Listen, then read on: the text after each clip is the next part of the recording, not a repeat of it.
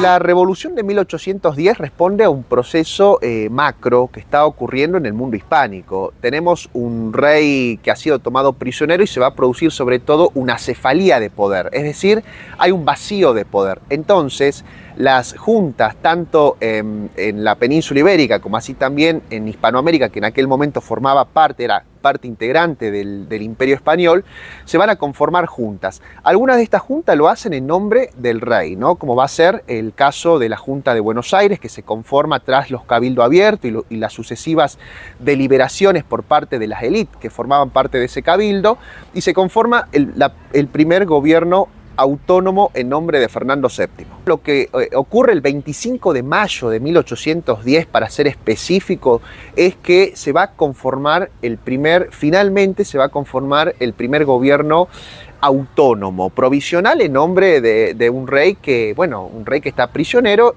y ese primer gobierno autónomo responde, digamos, a esa acefalía de poder que estaba aconteciendo en la monarquía española, ¿no? Ese gobierno autónomo tiene que construir ahora, a partir de ese momento, su legitimidad ante el resto de las ciudades que conformaban en aquel momento ese extenso y heterogéneo virreinato del Río de la Plata.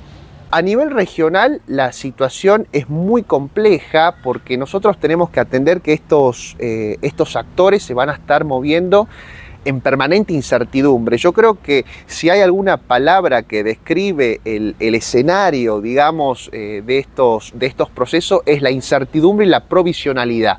¿Por qué la incertidumbre? Porque los actores van a ir generando diferentes respuestas a los acontecimientos que están pasando a escala, digamos, a escala del mundo hispánico. Por ejemplo, cuando se conforma la Junta Autónoma en Buenos Aires de 1810, no todas las ciudades van a reconocer la legitimidad de esa junta. La primera resistencia, por así decirlo, va a pasar en Córdoba. El Cabildo cordobés no va a reconocer inmediatamente esa junta que se había conformado en Buenos Aires. Es más, va a decidir mantenerse fiel al Consejo de Regencia que se había conformado en España en nombre del rey, de un rey ausente. Entonces, a lo que voy con esto es que esa junta, es más, la documentación de la época se presenta ese gobierno como una junta provisional de gobierno, ¿no es cierto? Entonces, desde Buenos Aires, ese primer gobierno autónomo tiene que construir su legitimidad ante el resto de los cabildos que conformaban ese, digamos, entramado de ciudades que en aquel momento era el Virreinato del Río de la Plata. Y como decía anteriormente, Córdoba, por ejemplo, no va a reconocer en un primer momento. Entonces, ¿cuál es la respuesta? La guerra. Y acá va otra característica, ¿no? Digamos que desde un primer momento la guerra va a ser el factor, no sé si determinante, pero sí que va a estar atravesando a esa sociedad. Es una sociedad que está absolutamente militarizada, y cuando no hay un consenso, la guerra es la mejor solución, ¿no? Y como dije anteriormente, bueno, el Cabildo cordobés, que no reconoce en un primer momento a ese primer gobierno autónomo, es, digamos, invadido por el ejército que se va a conformar tras la revolución en Buenos Aires.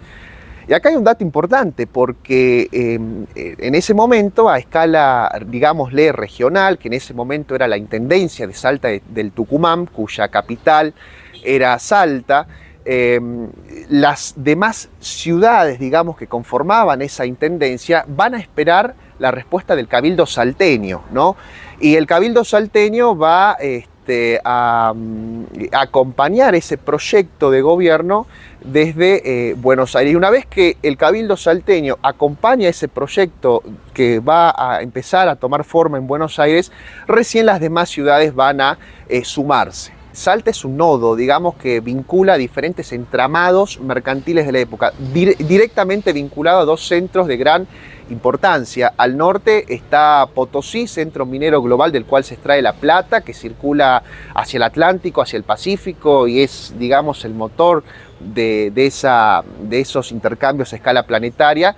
Y por otro lado, hacia el sur está Buenos Aires, que ya está constituido como ciudad, que ya está constituida, digamos, como capital del Virreinato del Río de la Plata. Entonces, la importancia de Salta en ese entramado responde a una cuestión económica, porque como dije es un nodo que está vinculando todos estos entramados mercantiles, y también a una posición política e institucional, porque desde 1783 Salta es la capital de la Intendencia de Salta del Tucumán, lo cual no es poca cosa, ese posicionamiento político.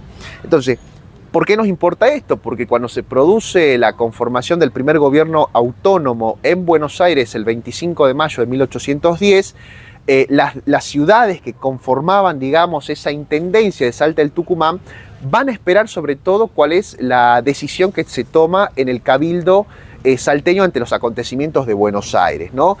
Que, bueno, ahí el cabildo salteño, que vale siempre aclarar que en el cabildo están participando las élites locales, ¿no? Ser vecino en esa época es formar parte de la élite. Entonces, en este sentido, el cabildo de Salta va a adherir, reconoce, creo yo que es la mejor palabra, la legitimidad de ese primer gobierno autónomo que se conforma en Buenos Aires el 25 de mayo de 1810. Y una vez que el cabildo de Salta reconoce la legitimidad de ese gobierno, las demás ciudades que conformaban la Intendencia de Salta del Tucumán van a adherir.